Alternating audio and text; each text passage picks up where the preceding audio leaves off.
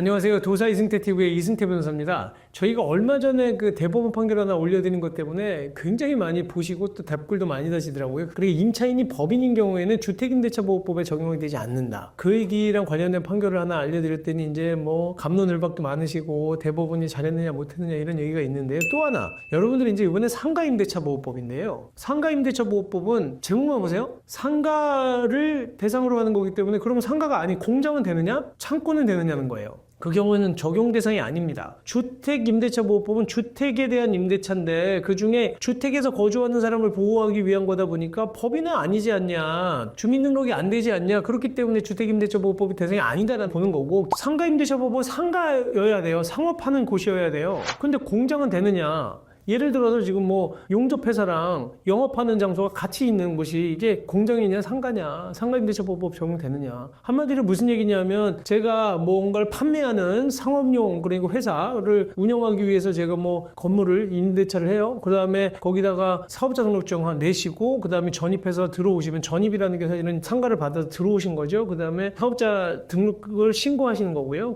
그리고 이제 확정일자 받잖아요, 세무서에서. 그때부터 대항력과 우선면제권이 있는 건데, 내가 공장이야. 공장이라는 건 여기서 뭔가 조립하는 공장, 단추를 뭐 조립한다든지 뭐 이렇게 쓰는 공장은 임대차보호법에 적용 못 받아요. 사업자 등록증을 내고 그 다음에 확정일자를 받을 수도 없어. 받았다고 하더라도 거긴 공장일 경우에는 우선변제권이 없어요. 그랬을 때는 보호를 못 받는 거예요. 왜 그러면 공장은 보호 안 해주느냐? 상업을 하는 사람들이 워낙 소규모 영세하게 영업하시는 분들이 많아서 그분들을 보호하려고 한 거지, 공장까지 보호하려고 하는 목적은 아니라는 거예요. 그러니까 어떻게 보면 이게 예외 법률이기 때문에 실질적으로 그렇게 아직은 보호하고 있는 범위가 적다는 거거든요. 그래서 그 판결을 하나 제가 설명을 드리는 거예요. 24년도 12월 달에 나온 판결인데, 공장하고 사무실을 함께 쓰고 있는 건물은 뭐냐? 공장도 있고 사무실도 같이 있으면 상가다. 사무실은 상업용이에요. 그렇기 때문에 이 상업용 건물이냐 아니냐가 중요하다는 거예요. 그래서 이게 처음에는 보세요, 원심법원을 파기했던 거예요. 원심법원을 파기했다는 건 항소심에서는 야, 이건 상가가 아니야 라고 했다는 겁니다. 그래서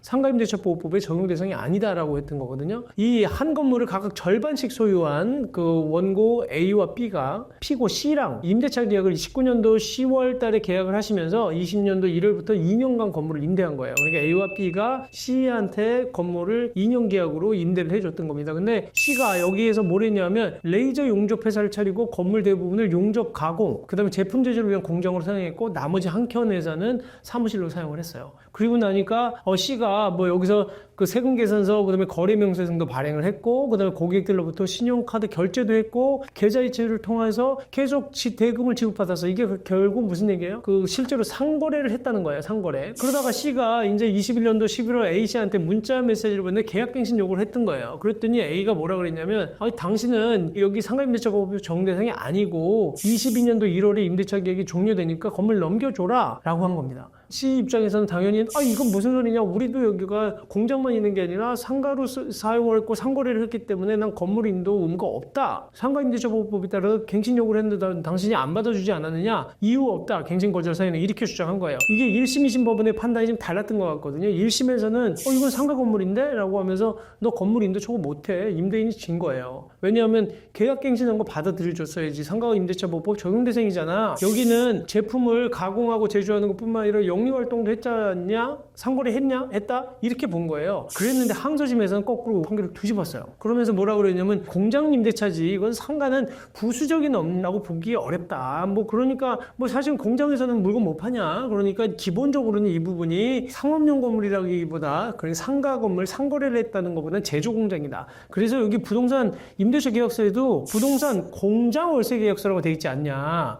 그리고 실질적으로 여기가 대금이 주로 이제 계좌이체를 통해서 이제 이루어진 것이고 건물에서 직접 물건을 판 상거래는 별로 없었다라고 본 거예요. 그랬더니 대법원은 뭐라고 했냐면 이렇게 볼 건 아니다. 단순히 상품의 제조, 가공 등 이런 사실행위만 가지고 여기가 공장이다라고 볼 건 아니고 그와 더불어서 영리행위가 이루어졌다면 상가 건물에 해당되는 거 아니냐. 그래서 이분들은 제조, 가공뿐만 아니라 대금을 수수하고 여기서 판매도 했기 때문에, 그리고 직접 물건 사러 온 사람한테도 결제한 카드도 있다, 이런 이런 거를 봤을 때는 상가 건물로 보는 게 맞지 않겠냐. 그러니까 또 이렇게 얘기를 합니다. 개인 사업자가 운영하는 소규모 공장은 별도의 업소를 두지 않고 그 공장에서 제조 가공과 영업 활동이 함께 이루어지고 있기 때문에 이런 경우에는 공장으로만 사용하는 것으로 보기 어렵지 않겠냐. 그러니까 상가임대차보호법의 목적에 따라서 보호해주는 게 맞다. 이렇게 판결한 거예요. 그러니까 보세요. 건물 인도수정에서 1심법은 이기고 항소심 치고 대법원 가서 다시 이기고 이 법이 벌써 우리가 상가임대차보호법을 만들어 놓은 지가 뭐 벌써 10년이 넘어가지만 그리고 이렇게 오랜 시간 동안 법이 계속 다툼이 있고 재판을 하는 것 같지만 아직도 정립되지 않은 것들이 많다는 거예요. 그래서 여러분들도 이 부분은 좀 잘 고려해서 보시고 또 임대인 입장에서 잘 보셔야 되는 거죠. 이게 법의 해석에 따라서 손해도 보시게 되는 거예요. 요즘에는 임대인들도 굉장히 억울해 하시는 경우가 많아요. 왜냐하면 임대인은 자기가 생각했던 것보다 새로운 이런 법리 해석 때문에 손해를 보는 거잖아요. 뭐 그러니까 임대차가 항상 너무 어려워서 이런 문제가 생기는데 자꾸 법원에서도 이렇게 달리 판단하는데 뭐 임대인이나 임차인이 그걸 어떻게 알겠습니까? 그래서 좀 더 이런 것들을 이제 좀 알아두셔서 뭐 불축의 손해가 없도록 하셨으면 좋겠습니다. 네, 감사합니다.